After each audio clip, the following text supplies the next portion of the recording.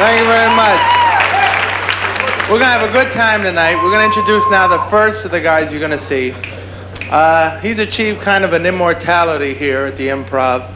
Bud named a hamburger after him. And he's been sick. He had the flu. What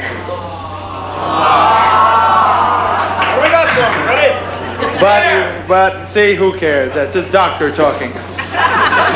But he's a former Rolls Royce salesman. All you Beverly Hills people here who smoke denim will like that. And he's a good friend. Would you welcome now, Jay Leno.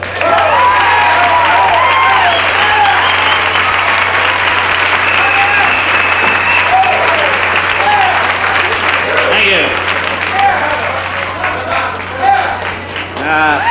How are you? I'm originally from the United States. Any United States people here tonight? That's great. As Freddie mentioned, I have a slight cold. I have to apologize for that. When I came, I've had this about 2 weeks. Went to the hospital over here, one of the large hospitals in California. I don't want to say the name. Just shows you where healthcare is in this state. This is absolutely true. I went in, man charged me $40, gave me some pills to take. And on the way out, I said, Doc, my throat is still really sore. Do you think I should have my tonsils out? Now, this man is a specialist, and I'm sure one of the best hospitals in California. He says to me, well, what do you think?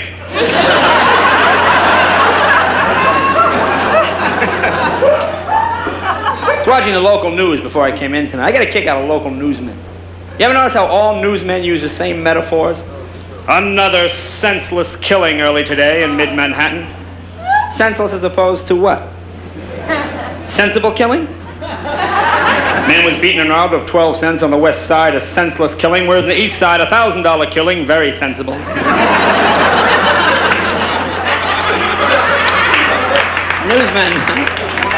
Newsmen always say things like, Americans were shocked today when they learned.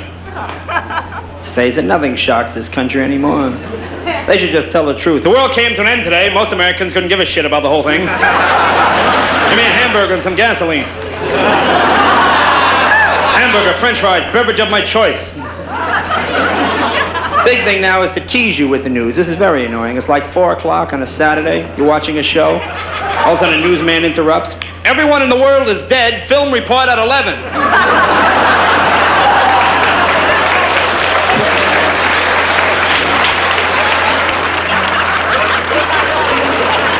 So much talk about depression and recession now.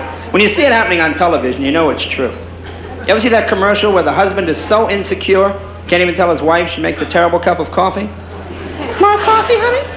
I know, thanks, dear. I think I'll just get an apartment downtown.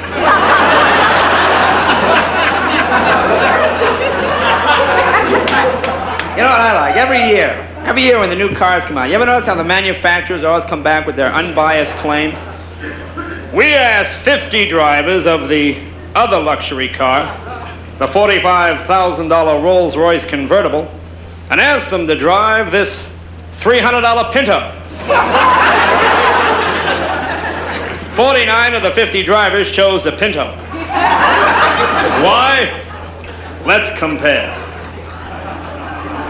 Rolls Royce has 4 rubber tires. So does the Pinto. No big deal there. Rolls Royce has a front, back, top, 2 sides. So does the Pinto. Getting down the wire now. Rolls Royce has an engine, drivetrain, transmission, rear end, leather seats, leather interior, power steering, stereo radio, air conditioning. All right, we give them that one. Such a tacky club, isn't it? Look at this. People have popcorn with toothpicks in it.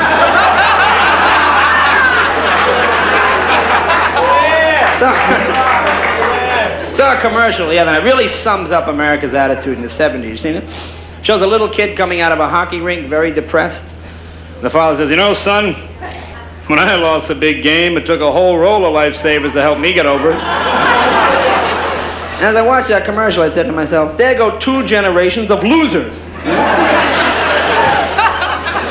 People who write commercials must think Americans have no imagination. See that one for milk? A little woman comes out, she goes, hi.